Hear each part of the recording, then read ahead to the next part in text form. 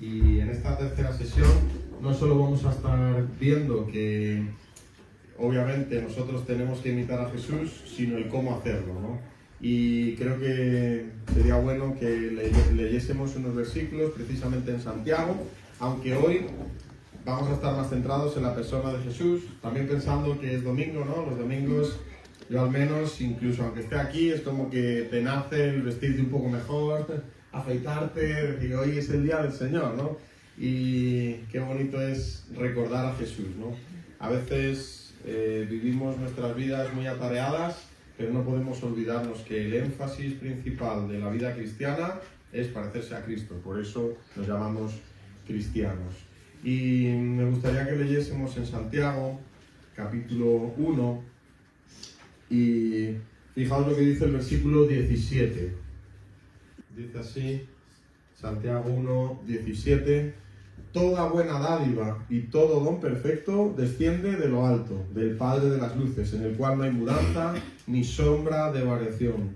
Él, de su voluntad, nos hizo nacer por la palabra de verdad, para que seamos primicias de sus criaturas. Y justo después empieza a decir, por esto, como Dios ha hecho tanto por nosotros, como Él es un buen Padre, que de Él viene todo lo bueno, entonces empieza el apóstol a decir que hay que ser hacedores de la palabra, que tenemos que tenemos que ser imparciales, que tenemos que tener una fe viva, que tenemos que cuidar nuestra lengua, pero todo se basa en nuestro amor por nuestro Señor.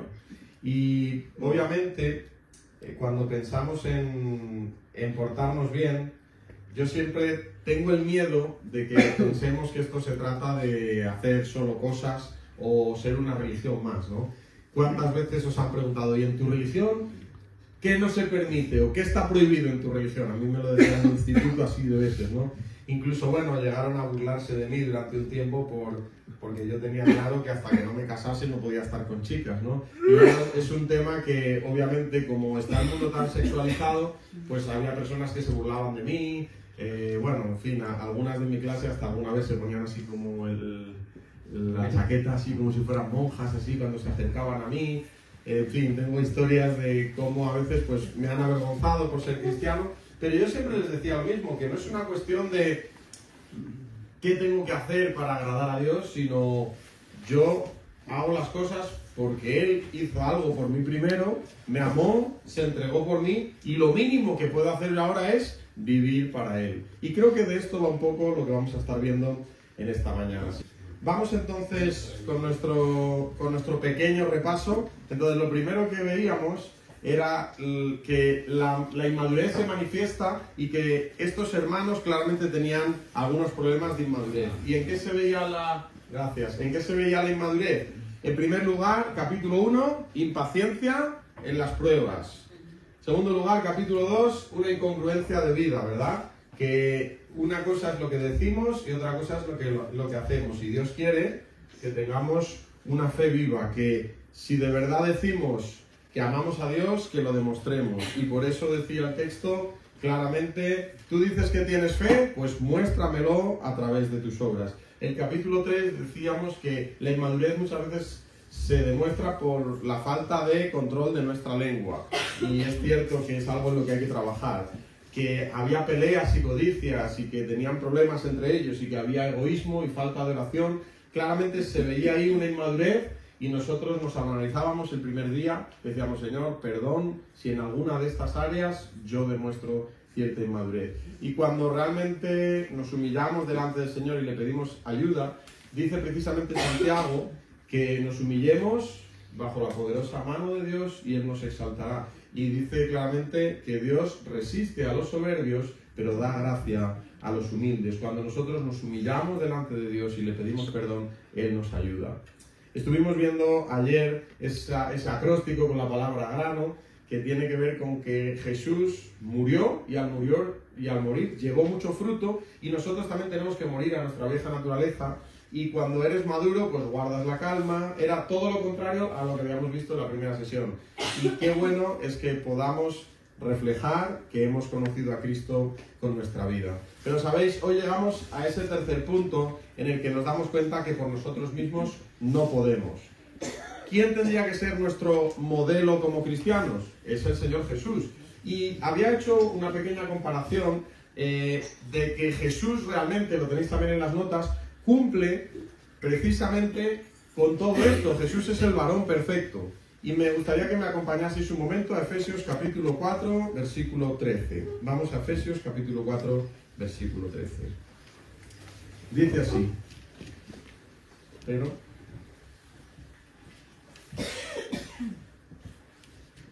hasta que todos lleguemos a la unidad de la fe y del conocimiento del Hijo de Dios, a un varón perfecto, a la medida de la estatura de la plenitud de Cristo.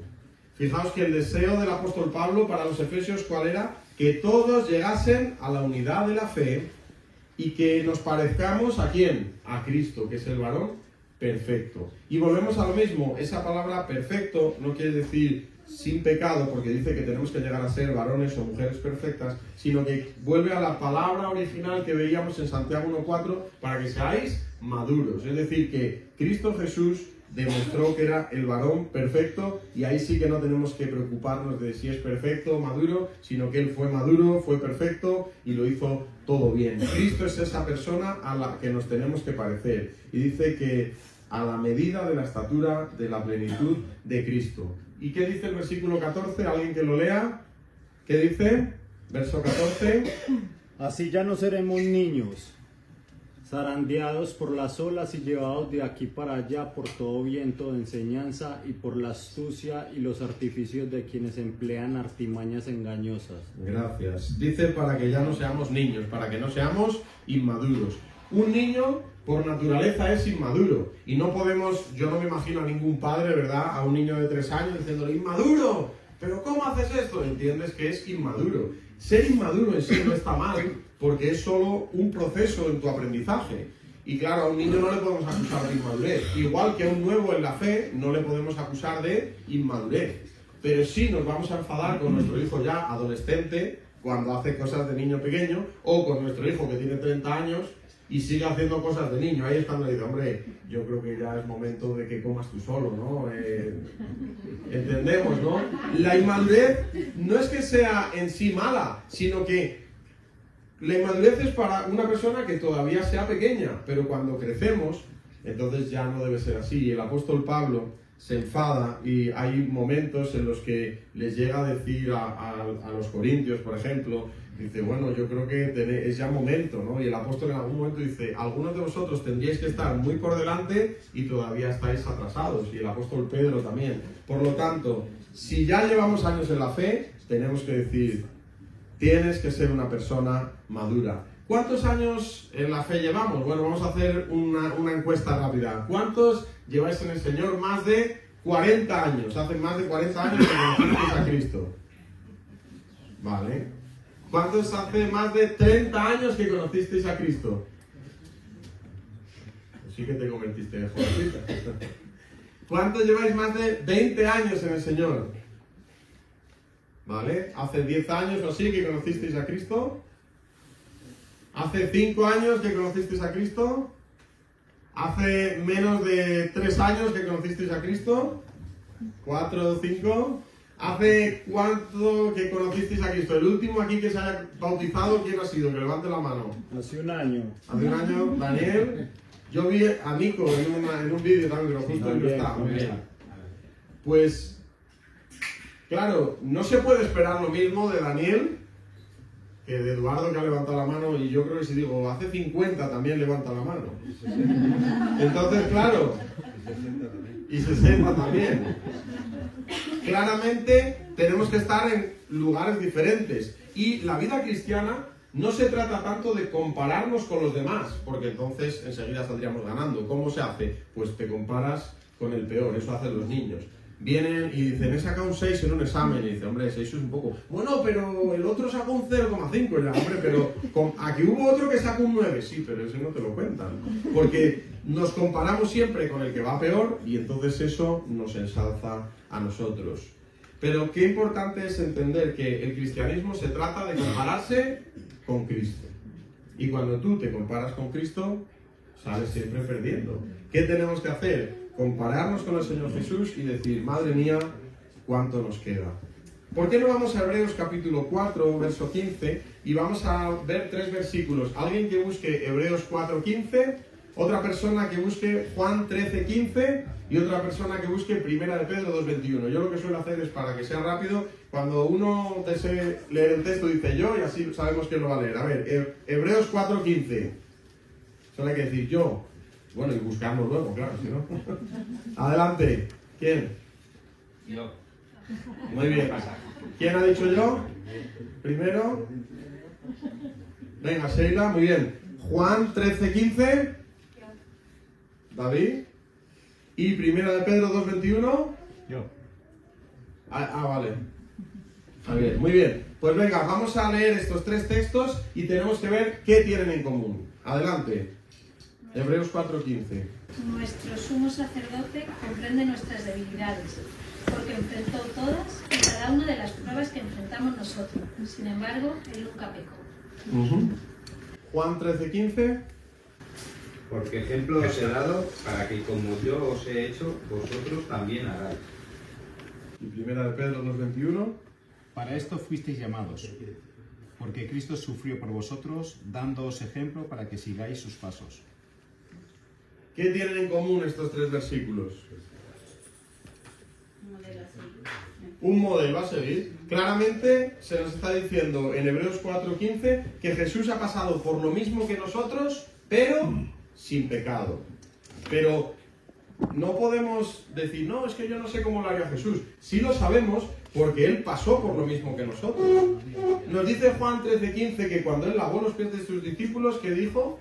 Dijo, ejemplos he dado, así que como yo he hecho, haced también vosotros. Y el apóstol Pedro, cuando está hablando de sufrir por Jesús, dice, hombre, Cristo Jesús padeció dándonos ejemplo para que sigamos sus pisadas. No sé cuántos de vosotros habéis estado en la nieve, pero es bonito ver como cuando tú dejas una huella muy profunda, otra persona ya puede saber por dónde has ido y sabe que no se va a encontrar un trozo abierto por el que va a caer, sino que ya sabe por dónde caminar. De la misma manera, Cristo Jesús ya ha dejado unas huellas, unas pisadas, y el cristiano no tiene que inventarse nuevos caminos, solo tiene que seguir a Jesús. El Señor Jesús no dijo, te voy a hacer un juego, te voy a hacer un escape room y vas a descubrir cuál es tu futuro. ¿Qué le dijo a Jesús a las personas con las que se encontró? Sígueme. Solo tenías que seguir a Jesús. Y el cristianismo no se trata de a ver qué voy a hacer más difícil todavía por Jesús, sino leer la palabra de Dios, ver el ejemplo de Jesús y seguirle. Así que qué importante es que podamos seguir a Jesús incluso en su sufrimiento. Yo no sé cuántos de vosotros os gusta sufrir, a mí no. Y una de las cosas que más me preocupa es que Jesús me pida algo que sea costoso. Y lo he vivido. A veces Dios me ha pedido cosas que he dicho, hombre, me podrías haber pedido otra cosa más sencilla o que me gustase un poquito más. Y como os decía, el modelo es Cristo, lo tenéis en los apuntes. El Señor Jesús fue paciente en las pruebas, fue coherente con lo que decía, demostró dominio propio en sus palabras, fue constante en la oración, también fue humilde y obediente, y finalmente vemos que se enfocó en la misión de salvar, hasta el punto de desviarse para una sola persona. Con una sola persona Él estaba dispuesto a desviarse. Ahora, como os decía, hemos visto que nuestro modelo es Cristo, ese varón perfecto, y que si lo hacemos estaremos saliendo de esa inmadurez y ya no seremos como niños. Y hemos visto estos 3 textos que podríamos resumirlos en Jesús nos ha dejado un ejemplo. Y sabéis, el ejemplo es algo que es de valorar. Porque no es lo mismo que te digan, haz esto, a que te digan, ponte a mi lado y lo que yo haga lo vas a hacer tú. No tiene nada que ver, es mucho más fácil seguir un ejemplo que te den unas instrucciones. Hay mucha gente que dice, la Biblia es las instrucciones para la vida. En un sentido es verdad, pero la Biblia es mucho más que eso. Porque la Biblia tiene 2 partes, está el Antiguo Testamento y el Nuevo Testamento. Y en el Nuevo Testamento se nos explica que hay una tercera parte que es la vida de la Iglesia, en la que ya no estamos escribiendo la Biblia, sino que la Biblia se tiene que hacer realidad en la vida de cada uno de nosotros. Y yo a los niños, cuando les explico, a mis gitanillos, la mayoría son gitanos, digo, mira, el Antiguo Testamento es como la radio, ¿verdad? En la radio no ves, tú solo escuchas. Y a lo largo de todo el Antiguo Testamento la gente solo escuchaba de Dios. Los profetas, Dios ha dicho, Dios ha hablado. Te lo tenías que creer y creer al profeta y lo que él decía. En algunas ocasiones habló audiblemente, incluso.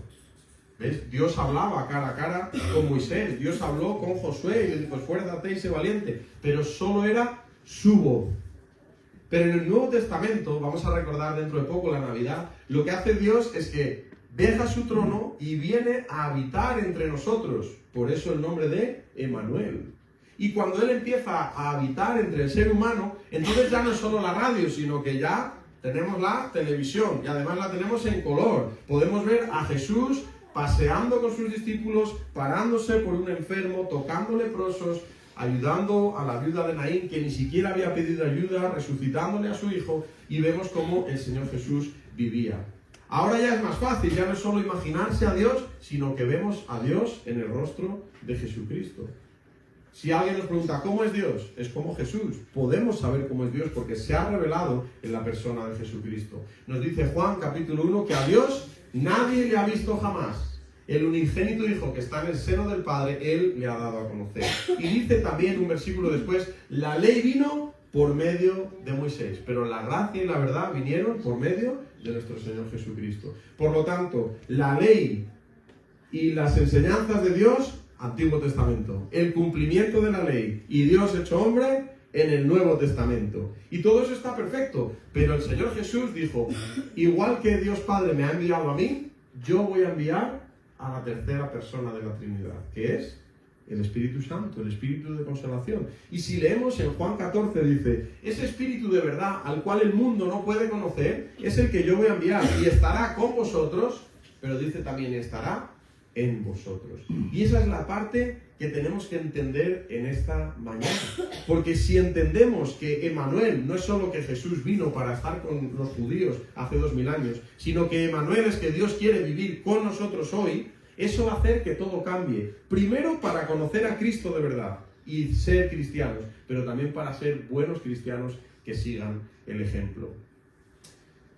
¿Sabéis? A veces por el ejemplo podemos llegar a cometer errores. Anoche justo hicimos un juego que era como el teléfono escacharrado y uno hacía un gesto, otro, y del primer gesto al último, ¿qué diferencia? ¿Y cuántas veces nos han acusado? No, la Biblia se tradujo y no se tradujo al principio, era todo oral. Entonces, a saber lo que dijo Jesús, lo que entendieron años después, lo que luego escribieron, dando a entender que lo que nos ha llegado, ¿nos podemos fiar de que es palabra de Dios? Cuando la realidad es que el Señor Jesús no solo nos ha dejado su palabra, unas instrucciones que dices, uy, ¿cómo es esto? A ver, como las instrucciones del IKEA que te pones ahí en la página 13, te das cuenta que te has saltado el paso 6, tienes que volver, yo siempre deshago porque me sale fatal, y lo llevo mal lo de salir con las instrucciones. Pero es que la palabra de Dios no son unas instrucciones que dicen, ay, que se nos ha olvidado. Es que las palabras que Dios nos ha dejado dice que son espíritu y son vida. La Biblia para un no creyente es solo una fuente de información. La Biblia, claro que puede a un no creyente ilustrarle, enseñarle, incluso con la iluminación del Espíritu Santo puede llegar a comprenderla. Pero lo que hace que este libro tenga sentido es el Espíritu de Dios en nosotros.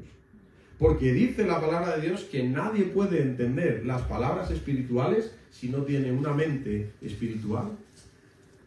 Para el hombre carnal, las cosas que Dios dice son cosas sin sentido. De hecho, dice que el Evangelio para los que no creen, ¿qué es?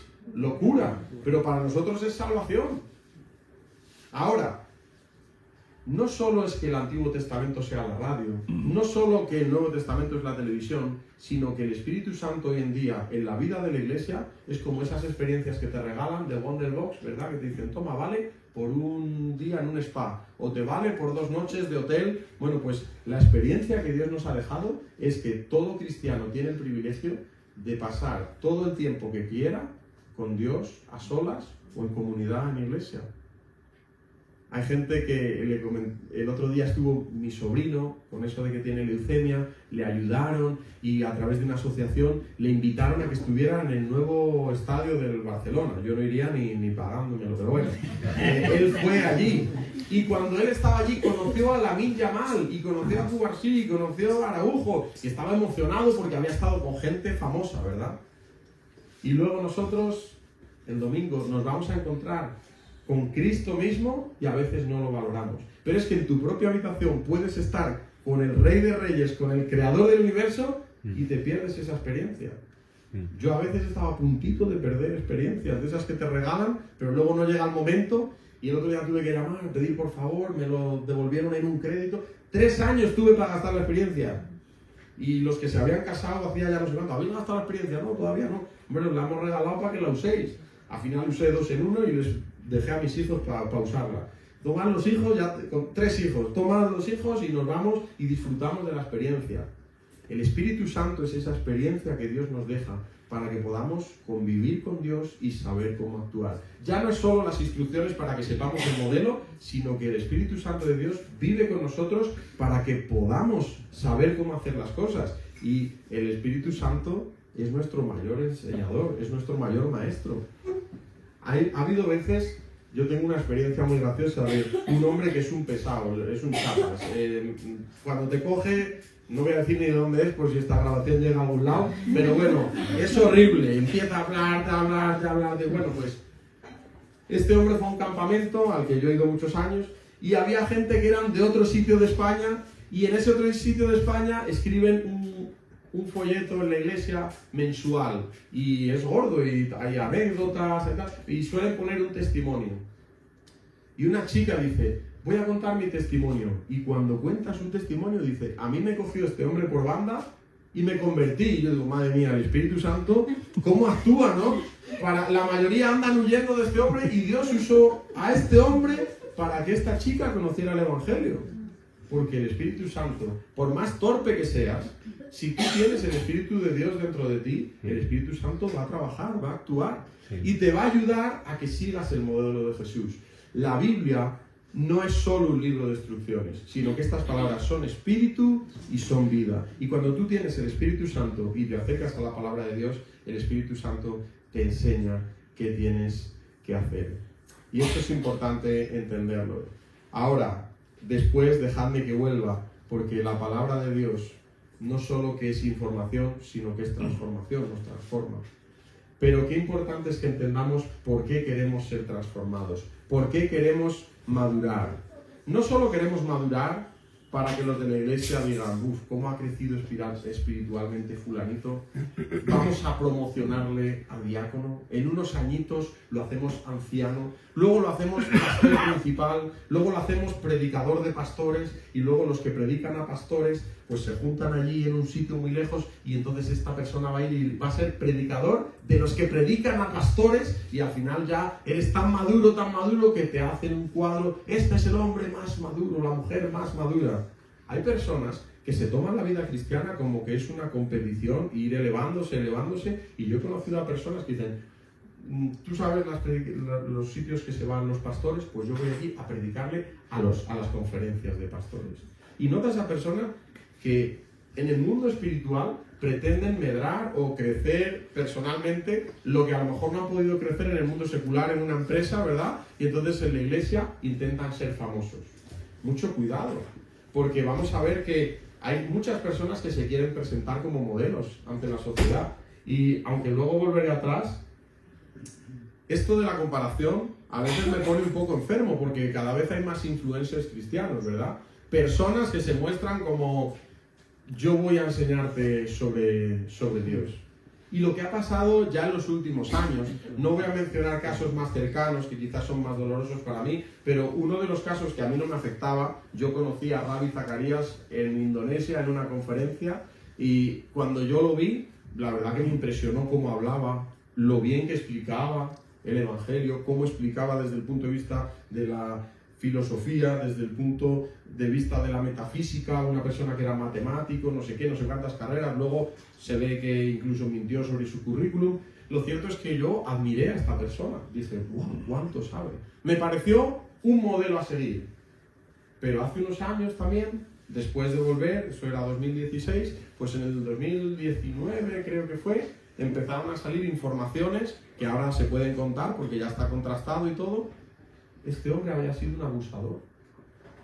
Se iba, y como tenía tanta influencia y era un predicador tan famoso que iba con el avión para arriba y para abajo, pues en los viajecitos parece ser que hizo cosas inapropiadas, muy inapropiadas, que casi que da vergüenza hasta contarlas. Y para muchos era un modelo. Y había una fundación, esto también es muy triste, que llevaba su nombre, cristiana.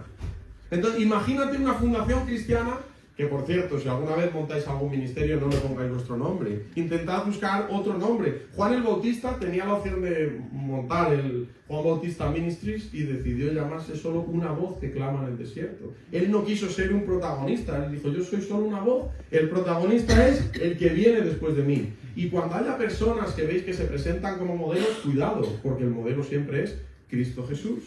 Y para la madurez es lo mismo.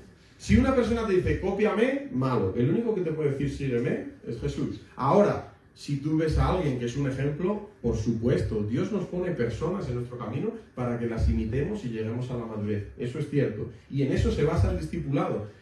Le dice Pablo a Timoteo, esto encarga a hombres fieles que a su vez le enseñen a otros hombres fieles que a su vez... Y habla de 4 generaciones de discipulado. Y eso está bien. Y queremos nosotros que nuestros hijos nos imiten en la santidad y en lo que hacemos bueno, en lo malo no. Pero ¿cuántas personas se muestran como modelo y luego cuando buscas no hay lo que decían? O durante un tiempo sí, pero luego caen estrepitosamente, como un caso de un famoso cantante de España reciente. Y la gente se echa las manos a la cabeza y yo creo que el problema es que encumbramos a las personas y acaban siendo ídolos, los ponemos delante de Dios. Y luego cuando fallan decimos, ¡ay, qué pecadores eran! Siempre fueron pecadores. Lo que pasa es que tú quisiste atribuirle a ese pecador quizá algunas características que no son de él, son de Dios. En los entierros, cuando alguien muere, no hacemos más que decir cosas buenas de la persona. Y yo creo que un buen creyente en mi entierro, a mí no me gustaría que dijeran nada bueno de mí. Que dijeran, si acaso, cómo me parecía a Cristo o cómo se veía a Cristo en mi vida. Pero no podemos encumbrar a las personas porque cada uno de nosotros aquí somos pecadores. Y solo con que hubiera aquí una pantalla y se supiese lo que hemos pensado en esta semana, lo que hemos hecho esta semana, estaríamos todos avergonzados. Somos pecadores, todos. Así que no busquemos modelos fuera de Cristo y pensemos siempre en Cristo. Y cuando hay algo digno de imitar en alguien, por supuesto, pero que no sea nuestro modelo principal. Y volvemos a esta idea del modelo, porque al final es una cuestión de amor. ¿Por qué imitamos a Dios? Porque es nuestro Padre. ¿Qué dice Efesios 5, 1 y 2? Si podemos leerlo. Hemos leído Efesios 4, que dice que tenemos que parecernos y estar a la altura de Cristo. Él es el varón perfecto, pero también nos dice Efesios 5, 1, un poco más adelante, sed pues imitadores de Dios como hijos amados, y andad en amor como también Cristo nos amó y se entregó a sí mismo por nosotros, ofrenda y sacrificio a Dios en olor fragante. ¿Por qué imitamos a Dios? Porque le amamos. ¿Por qué imita un hijo a su padre? Porque lo tiene en estima y quiere parecerse a él. ¿Por qué queremos parecernos a Cristo Jesús? Porque Él es el ejemplo de varón perfecto, varón maduro, varón completo. Y nosotros queremos parecernos a Jesús, porque Él es nuestro Padre. Y todo buen hijo se tiene que parecer a su Padre. Y por eso hay esos dichos de tal palo, tal astilla. Nos parecemos a nuestros padres. Y aunque a veces incluso reneguemos de nuestros padres, cuando pasan los años, ¿qué dices? Al final me parezco más a mis padres de lo que yo quería. Por imitación. Y cuando nos pasamos tiempo con Dios, al final nos acabamos pareciendo a nuestro Padre. Un creyente que no evoluciona, un creyente que siempre ora igual, que siempre habla igual, que hace lo mismo que hace 15 años, yo creo que demuestra que no está en una sintonía buena con Dios. No porque Dios cambie, sino porque Dios quiere que madures y que cada vez te parezcas más a Cristo.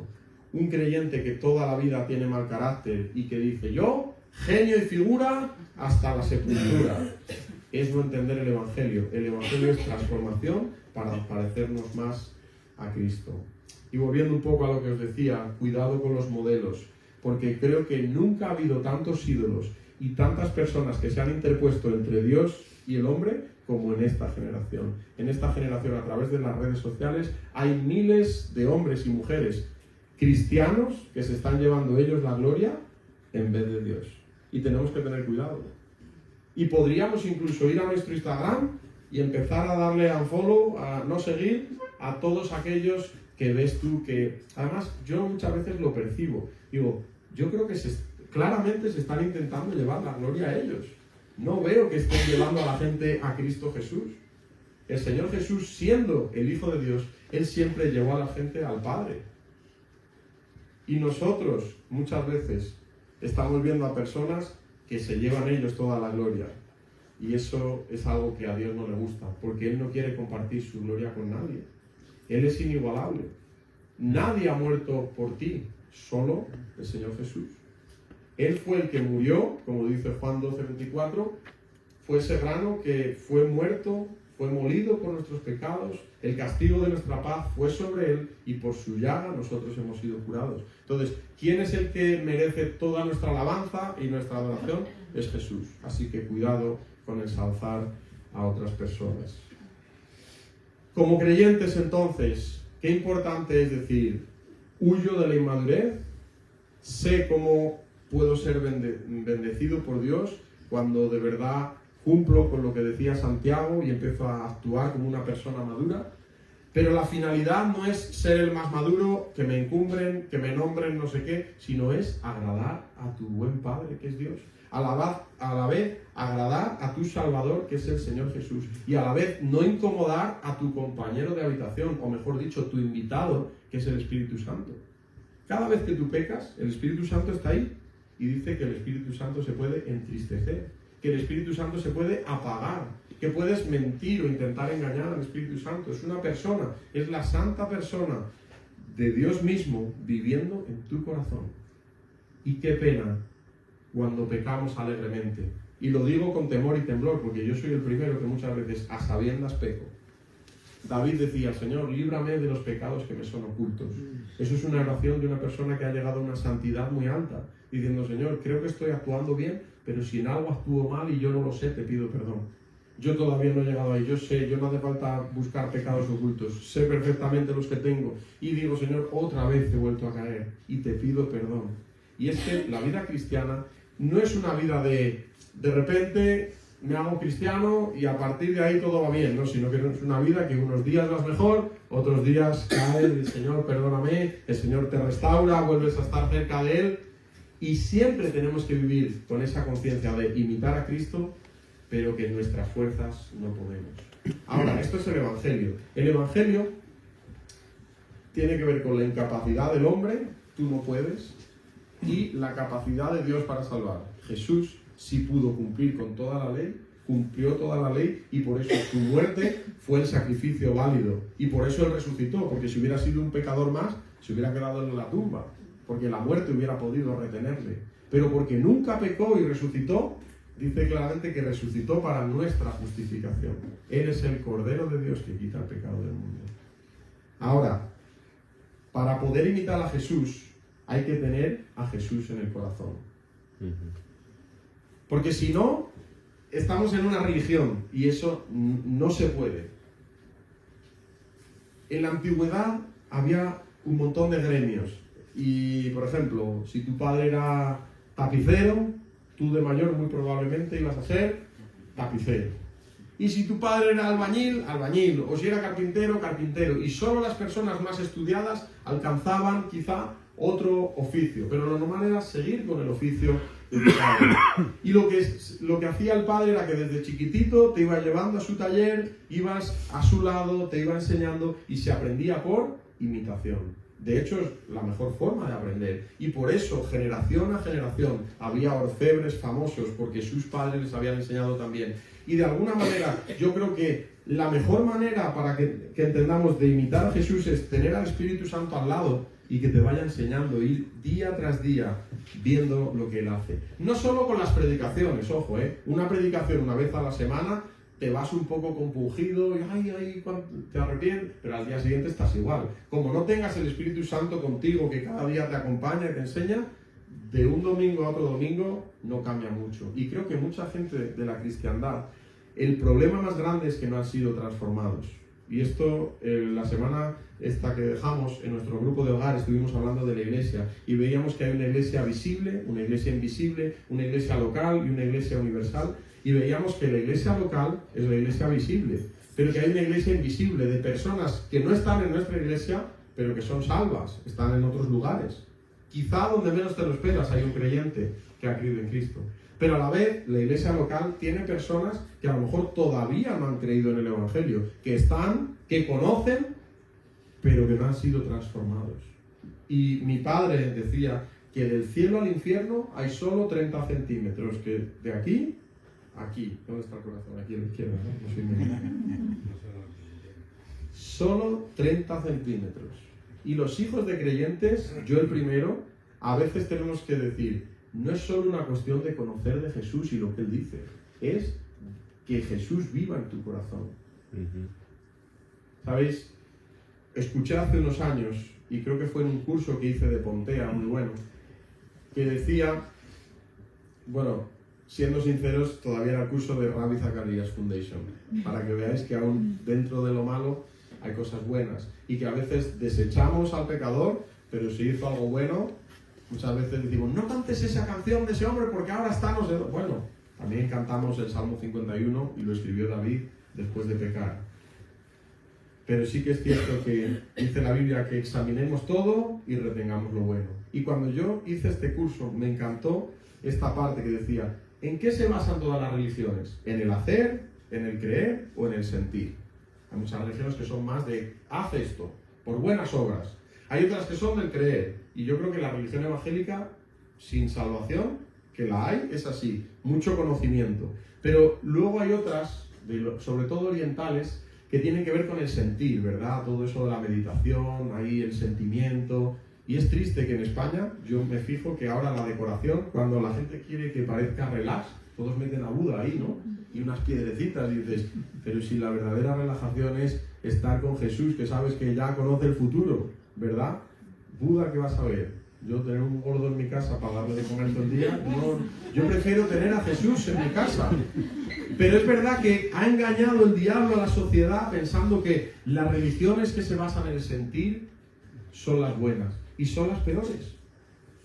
¿Cómo vas a estar tú así y ver niños que se están muriendo, como pasa precisamente en los países orientales? Tú te abstraes, te elevas y te da igual lo que pasa alrededor. El Señor Jesús no fue así. El Señor Jesús, cuando veía una necesidad, la atendía. Me decía, tú abstráete y aquí vamos a hacer como que no pasa nada. Los cristianos, algunos, son muy de los sentimientos, ¿verdad? Pero eso no es bíblico. Precisamente, vale, que los sentimientos son parte de la vida cristiana, pero importa lo que haces, importa lo que le dices a las personas, importa cómo gastas tu dinero, porque el cristianismo no se basa ni en el hacer, ni en el creer, ni en el sentir.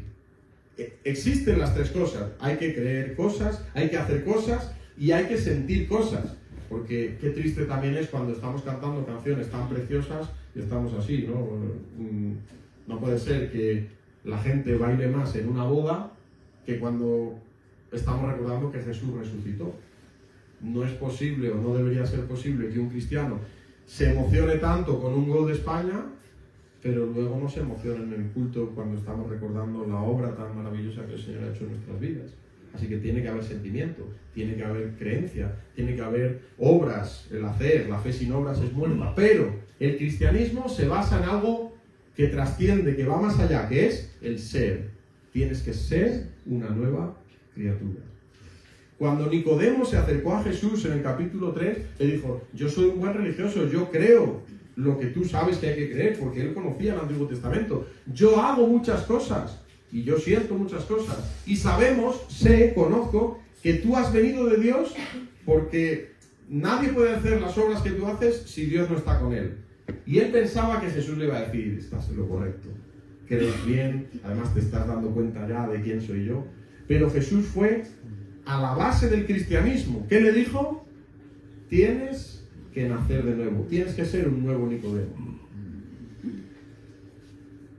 Yo creo que esa es una de las cosas más difíciles de entender para una persona cuando se convierte. Y si estás aquí y todavía no sabes si eres un cristiano o no, o si el Espíritu Santo vive en tu corazón, o si ha habido una transformación real en tu vida, déjame que te cuente mi experiencia cuando yo era pequeño. Yo me crié en una familia, como os dije, cristiana. Mi madre no estudió psicología ni técnicas de modificación de la conducta, pero no sé qué, mi madre nos lo solía explicar todo de maneras muy contundentes. Pero es verdad que una vez visto que no funcionaban los guantazos, darnos en el culo, dijo, vamos a ver qué podemos hacer con estos niños para que se porten mejor. Y un día vimos que en el frigorífico había puesto un calendario de todo el mes, día 1, día 2, así hasta el 30 o el 31. Y entonces dijo, mira chicos, si os portáis bien, voy a pintar ese día de verde. Si os portáis mal, lo voy a pintar de rojo. Y si os portáis regular, lo voy a pintar de naranja o de amarillo. Entonces mi madre lo cumplió durante varios meses. Y bueno, pues yo he sido una persona que no me he portado muy bien de pequeño. Entonces, pues más o menos mi calendario era así, ¿no? Algún día verde, unos poquitos amarillos, pero había muchos que estaban más rojo. Mi padre cuando me portaba mal dice, te voy a poner el culo como un tomate, me decía. Y alguna vez que me porté muy mal, venía con la vara y la crema. Y yo ya decía, uy, madre mía, eso es que me va a dar fuerte. Pero lo cierto es que así de rojo estaba mi calendario. En cambio, yo tenía un hermano que a día de hoy es guardia civil, entonces pues su calendario estaba mucho más verde que el mío, ¿no? Entonces, claro, él era una persona que se portaba mejor que yo, pero yo tenía con quién compararme. Tengo otro hermano que me sigue, que es peor que yo. Y entonces pues yo estaba en el medio, ¿no? Claro, mi hermano, tú veías ahí su calendario, y cuando te comparas con otros, en la madurez y en el ejemplo, a veces hasta sientes rabia, ¿no? A veces, cuando no somos creyentes, o cuando somos creyentes inmaduros, nos comparamos mucho con los demás, y sentimos rabia cuando otro es mejor que nosotros, ¿verdad? Bueno, pues esto me pasaba a mí. Yo veía el calendario de otros y decía, ¿por qué se tiene que portar el mejor que yo? Me voy a esforzar mucho. Pero por más que me esforzaba, siempre, a veces pasaba, decía, me levantaba por la... Hoy sí que me voy a portar bien, el día más rojo de todos. ¿Cómo puede ser? Porque no se trata de lo que tú quieras hacer, porque el apóstol lo explica muy bien en Romanos, dice, el bien que quiero hacer no me sale, y justo lo que no quiero hacer sale solo. Claro, porque somos pecadores. Y esto no cambia siendo cristianos. Pero ahora estoy pensando en personas que puedan decir, ¿cómo puedo saber si soy un hijo de Dios? ¿Cómo puedo hacer que mi vida sea transformada por el Señor? Bueno, lo primero que tienes que entender es que aunque tu calendario fuera así, aunque te portases siempre bien, pero un día te portases un poco regular, ya no eres digno de ir al cielo.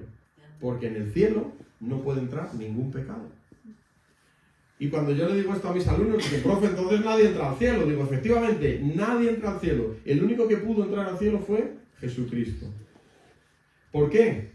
Porque para Dios, nos dice el texto, que aunque cumplieses todos los mandamientos, solo por fallar en uno de los mandamientos, te haces culpable de todos. Es decir, que aunque tú te vieras así, casi perfecto, Dios te ve así. Como Israel en su peor versión cuando tenía 8 años, pues Dios te ve peor. Porque la santidad de Dios es tal que en cuanto cometes un solo pecado, Dios ya te rechaza. No puede meterte en el cielo, porque tiene su sentido. Si Él te mete en el cielo con pecado, convierte el cielo en un lugar igual de malo que el que estamos hoy en día.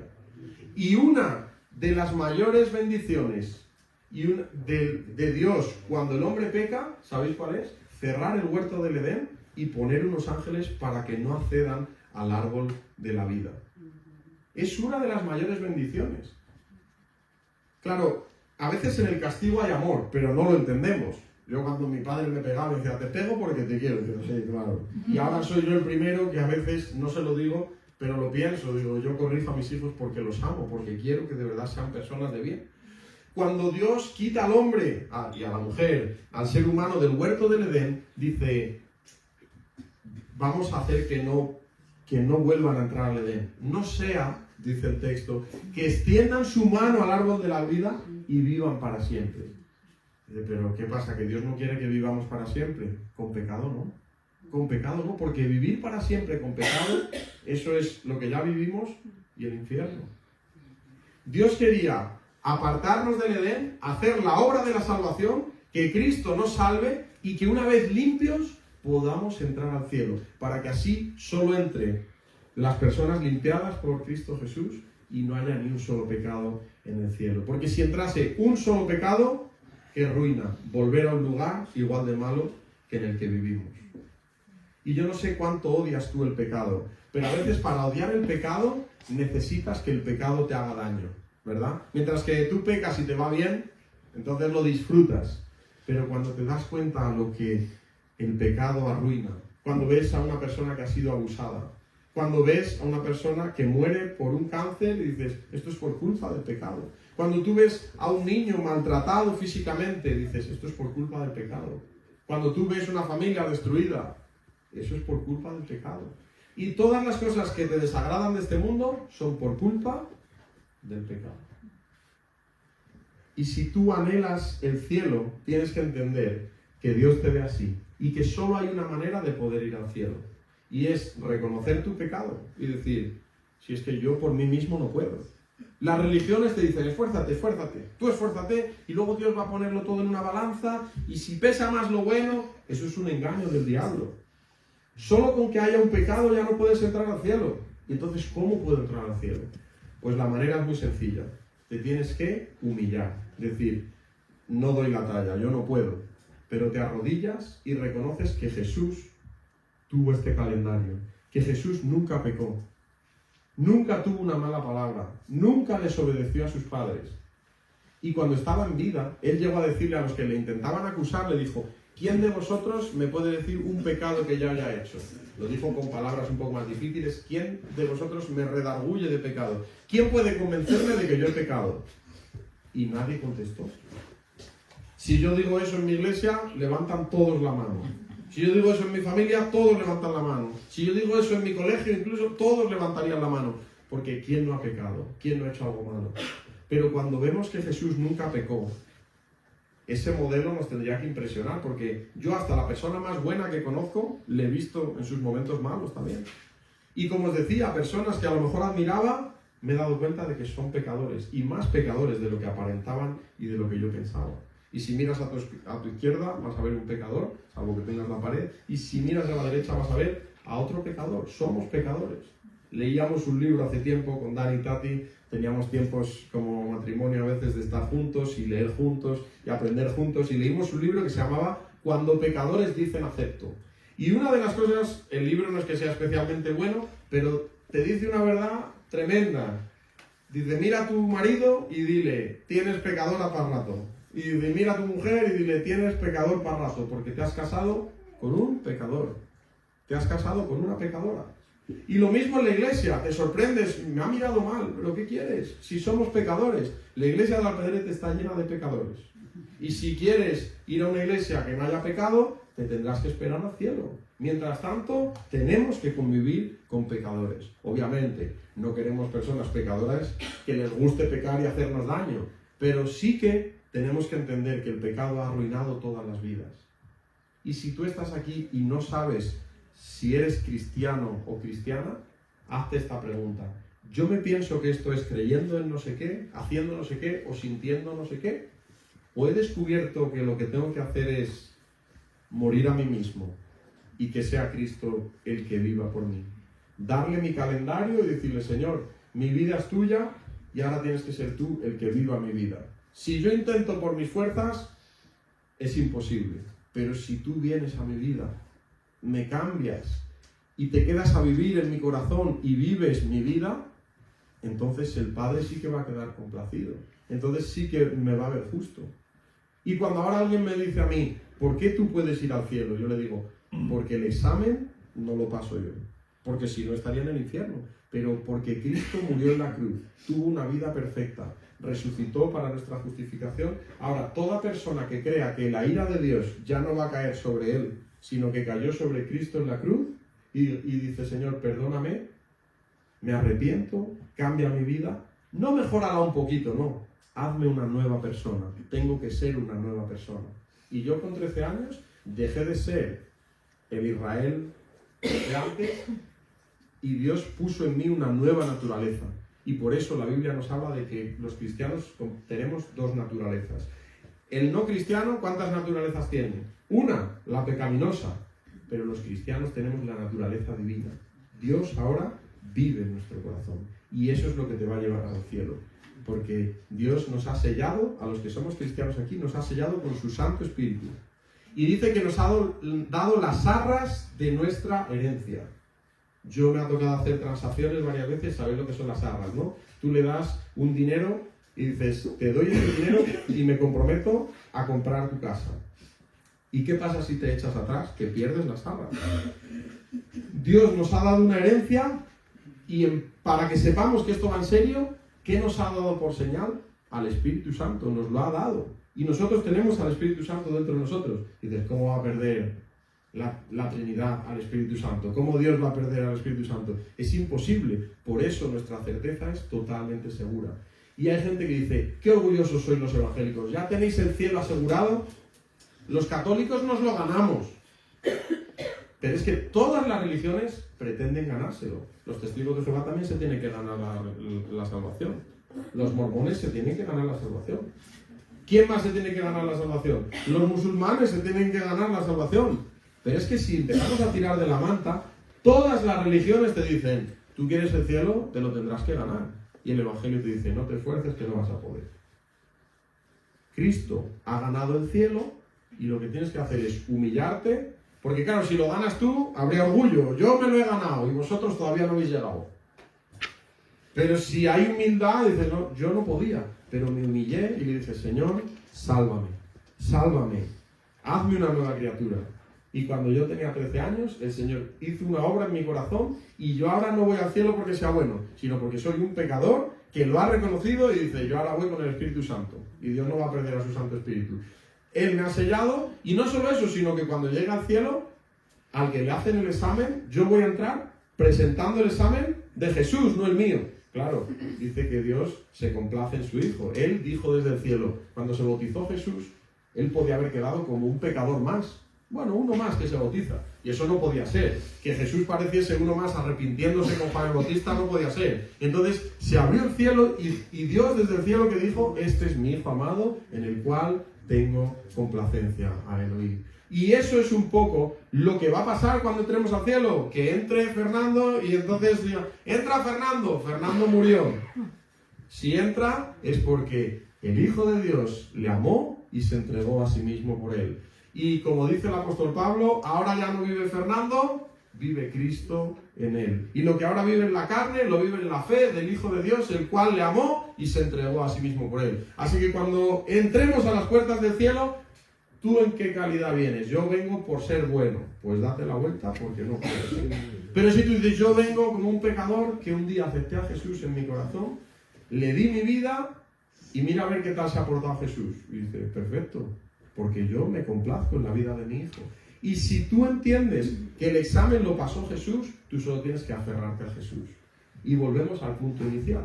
Decíamos que para madurar necesitamos estar unidos a la vid, que es Cristo. Yo soy la vid, vosotros los pámpanos, separados de mí, nada podéis hacer. Al cielo solo se llega a través de Jesús. Al cielo solo se llega si estás unido a Jesús. Tienes que ser una nueva persona.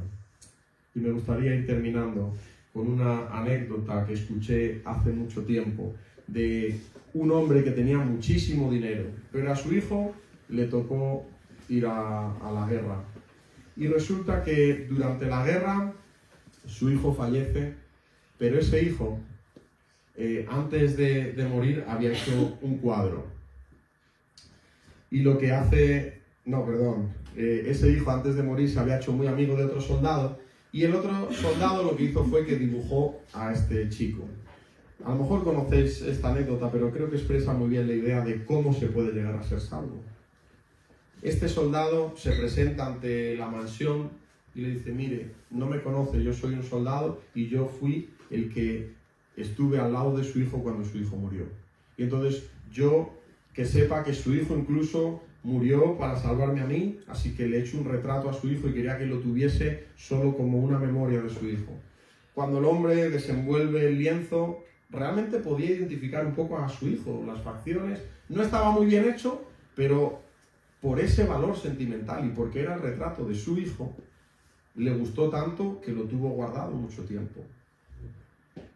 Al cabo de un tiempo, ese hombre fallece. Y ese hombre era un gran coleccionista de arte. Entonces sale a subasta toda su obra, ¿no? Y dice que llegaron gente de todo el Reino Unido a coger de esos cuadros y a pujar por ellos. Y entonces el que llevaba la subasta dijo, vamos a empezar con el cuadro del hijo.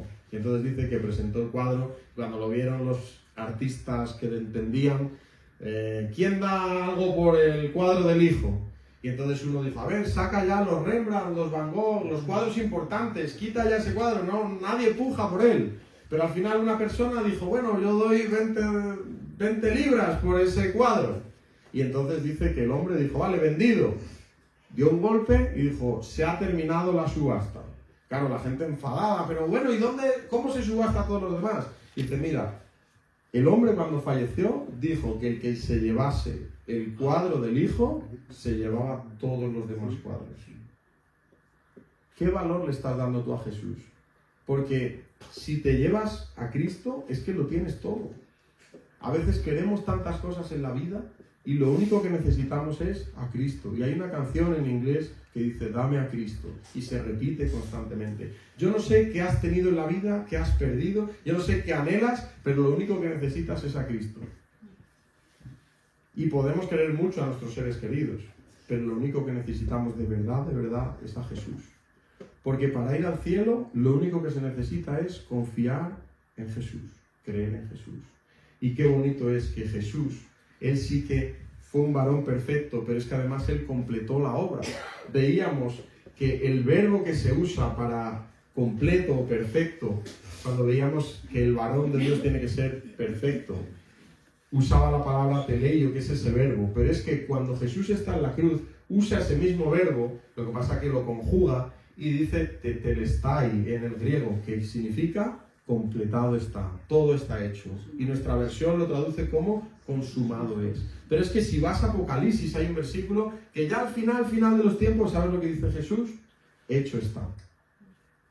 Y es que toda la obra la ha hecho Jesús. La religión te dice, haz cosas, haz cosas, haz cosas, y a ver si vale, a ver si vale. Y siempre con la duda, ¿valdrá? ¿No valdrá?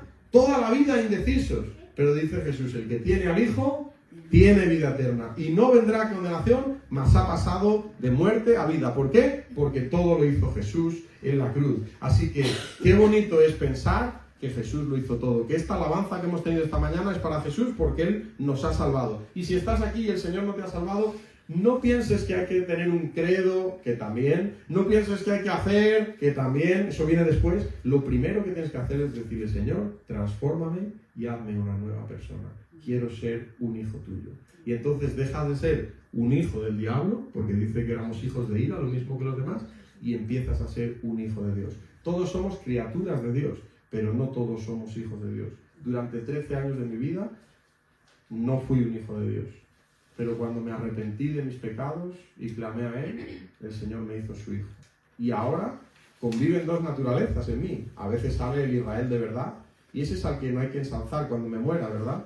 No hay que decir, qué bueno era Israel. Y si en algún momento hago algo bueno, ¿por qué creéis que es? Porque Cristo está en mi corazón. ¿Y qué pasa con los no creyentes que hacen cosas buenas?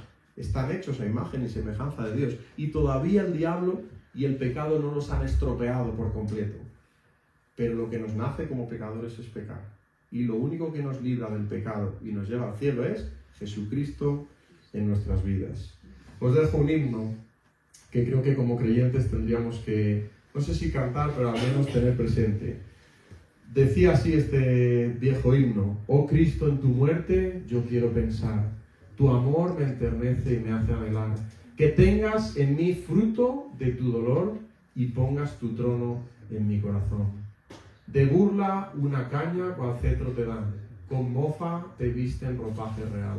Te aclaman con befa su rey Señor, mas quiero que reines en mi corazón. Corona de espinas es puesta en tu sien, te dan por bebida vinagre con hiel. Tu nombre escarnecen de Rey Salvador, y tú me has salvado, bendito Señor. Yo sé que moriste, oh Cristo, por mí, y sé que tú quieres hacerme feliz. Pues reina tú siempre en mi corazón. Sé rey en mi vida, mi casa y amor. Y si somos conscientes de lo que estamos diciendo, le estamos diciendo al Señor, yo sé que tú moriste por mí. Y ahora yo lo mínimo que puedo hacer es que mi fruto sea que vivas en mi corazón y que te agrade. Al final la madurez es solo una respuesta al amor tan grande que el Señor ha tenido. Pero no lo vas a producir tú. lo va a producir el Espíritu Santo si vive en abundancia en tu corazón. Por eso invita al Señor Jesús a que sea el Rey de tu corazón y serás una nueva persona. Y solo siendo una nueva persona puedes empezar a ser maduro espiritualmente. Si no, va a ser muy frustrante. Igual que yo miraba mi calendario y lo veía siempre rojo, va a ser muy frustrante ver siempre rojo tu pecado y ver que no puedes acceder al cielo. Pero si de verdad le entregas tu vida al Señor, Él va a ser capaz de perdonarte, hacerte una nueva persona y que acabes siendo un fruto bueno para Dios. Y terminamos con un tiempo de oración. Hemos visto la confesión. En el primer día estuvimos diciendo, Señor, perdona nuestra inmadurez. Ayer veíamos que era un tiempo de ambición. Señor, yo quiero ser más maduro, no me quiero conformar con poco, quiero parecerme más al Señor Jesús.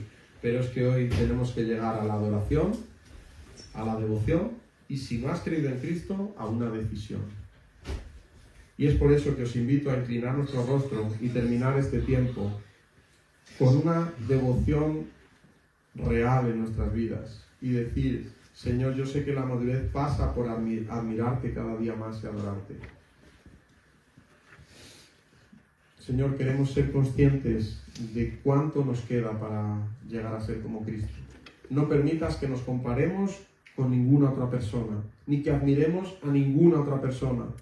Que seamos conscientes de cuánto nos has amado, de lo increíble que tú eres inigualable, que nadie ha hecho las cosas que tú puedes hacer, que nadie se ha portado como tú te portaste, que nadie hay santo como tú, Señor. Y cuando vemos tu obra en la cruz, por nosotros solo podemos darte gracias, porque tú pasaste el examen, porque tú fuiste agradable al Padre. Y si hay una persona aquí que no te conoce y te dice, Señor, me arrepiento de mi pecado, hazme una nueva persona, tú lo haces, Señor. Y gracias porque cuando te hemos reconocido, tú nos dices que vamos a estar contigo para siempre. Señor, que la madurez no nos lleve al orgullo, porque eso no sería verdadera madurez. Que la madurez nos lleve a seguir queriendo cambiar para parecernos más a Cristo Jesús. Que la madurez nos lleve a estar más unidos a la savia de la vid, que es Cristo Jesús.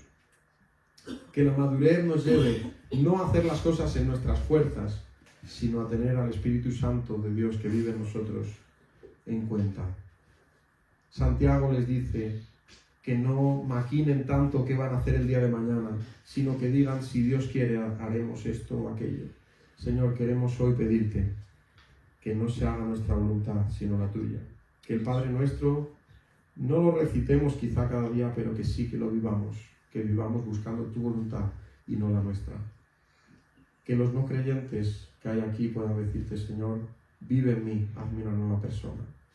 Pero los que ya te hemos conocido, que sigamos diciendo cada día, vive tú y que no sea yo el que viva. Que podamos morir cada día para que tu Santo Espíritu viva en abundancia en nuestros corazones y eso se manifieste en un fruto agradable a ti, Señor.